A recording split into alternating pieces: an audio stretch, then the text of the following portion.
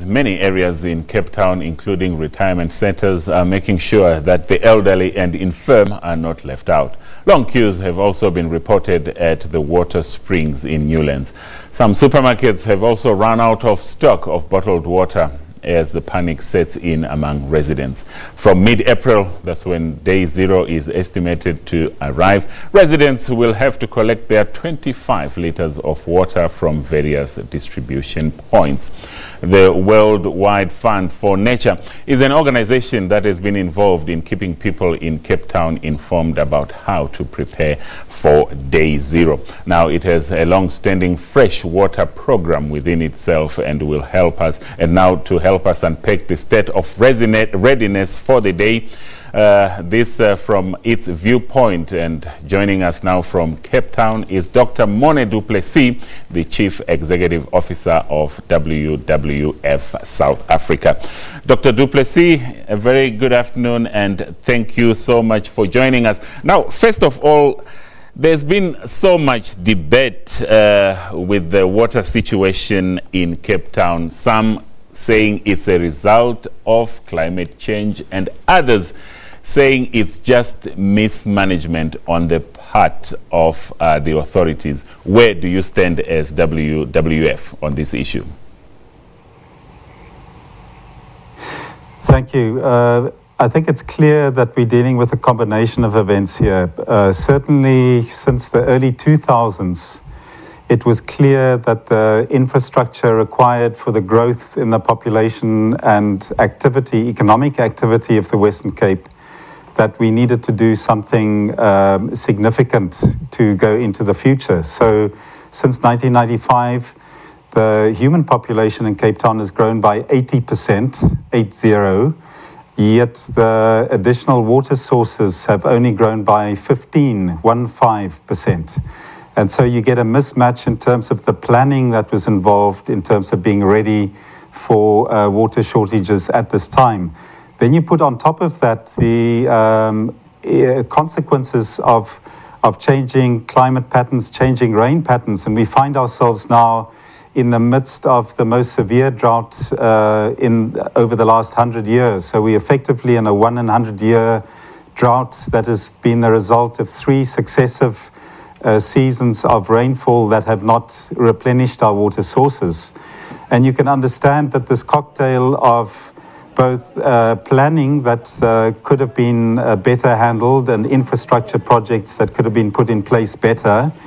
But on top of that, the issue of a significant drought event that doesn't come around frequently, but as a result of changing rainfall and climate patterns, we likely to find that this will happen more frequently, and it will no longer be a 1 in 100 year, but a 1 in 10 or a 1 in 20 year drought. And Dr. du Plessis, let's now talk a bit about your Freshwater Programme. What exactly does it entail with regards to the looming day zero? Look, I think it's when we focus on Cape Town, which is in acute water stress, and there's a looming day zero, what WWF is doing as an organization is to not stand around and point fingers about what was not done. We are actively involved in trying to make people understand that if we do not significantly save water and reduce our water consumption, that day zero will be upon us sooner. So if things carry on as they have been up until the end of January, and the consumption rates are at that rate, then day zero will be somewhere in April.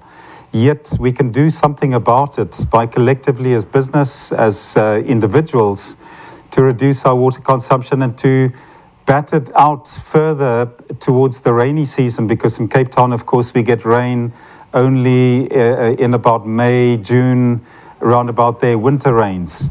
And so we want to make sure that people understand fully the role that they can play in terms of determining how fast the car that they're overtaking is going to be passed before the car that comes from the front is going to reach us. And the only thing that we have control about is the speed of the car that we're actually driving. That is our own water use. at this stage. But that all said, I think WWF is more interested in looking in the long term at the water future of this country, not just Cape Town. And where you may be sitting in Johannesburg feeling that the dams are full and you've had plentiful rains, one should remember that we are also saying that Johannesburg is going to run into trouble because our infrastructure projects that are due or that are supposed to deliver water to Gauteng have been delayed. Those have been preventable delays, but the water that we need to transfer from Lesotho into the Gauteng economy is going to be late and will only be online by 2025. So if I was sitting in Johannesburg or in Durban or in Port Elizabeth, I'd be focusing as much on my local threats to water security as we are now looking at it in Cape Town.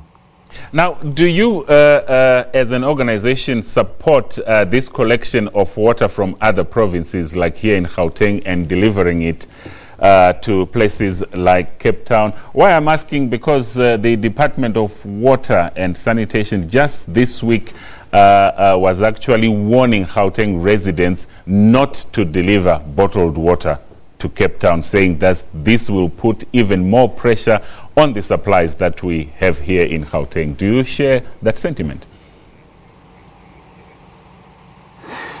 Look, I think we, most of us, myself included, don't always understand the scale at which a city drinks water. Cape Town, with its 4 million people, requires significant amounts of water. The number that is mentioned at the moment that we're using is about 580 million litres per day. Now that is half of what we would have used last year this time.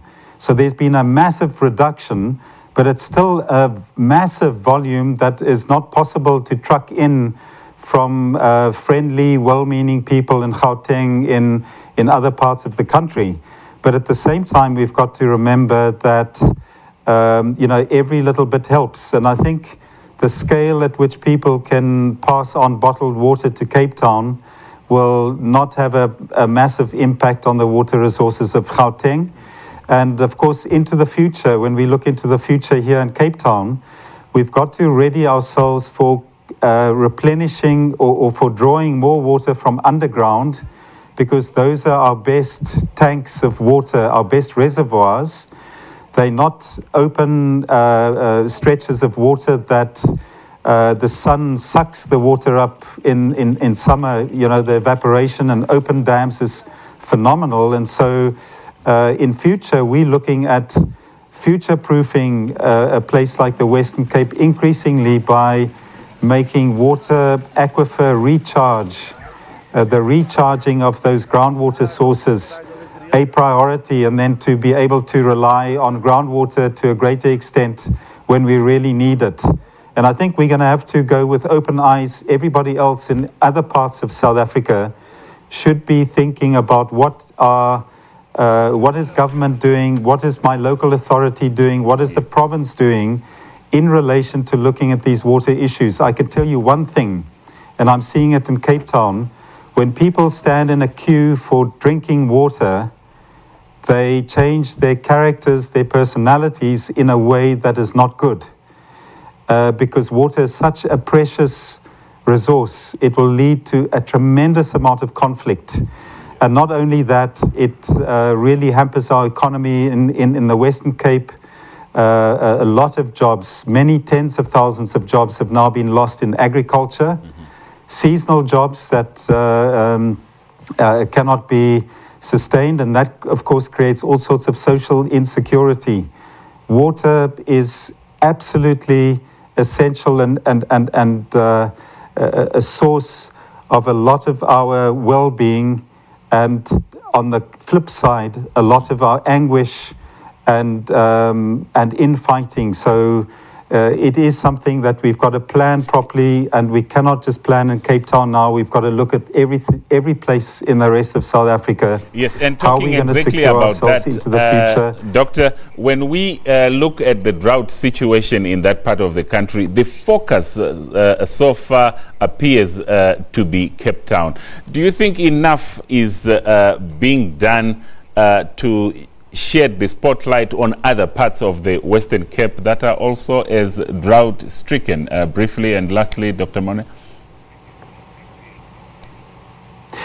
Of course, Cape Town is the sort of flamboyant cousin of the other smaller towns and cities in the Western Cape, perhaps even if you compare other cities in South Africa.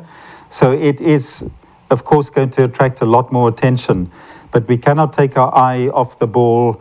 There are other municipalities, the Drakensberg municipality around Paarl, which of course is also stretched.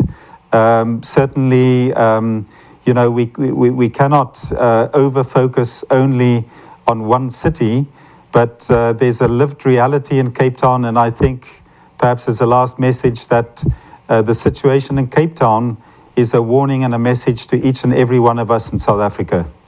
All right, thank you so much. We have to end it there. Thank you so much for your time. That there was Dr. Morné du Plessis, the Chief Executive Officer of WWF South Africa.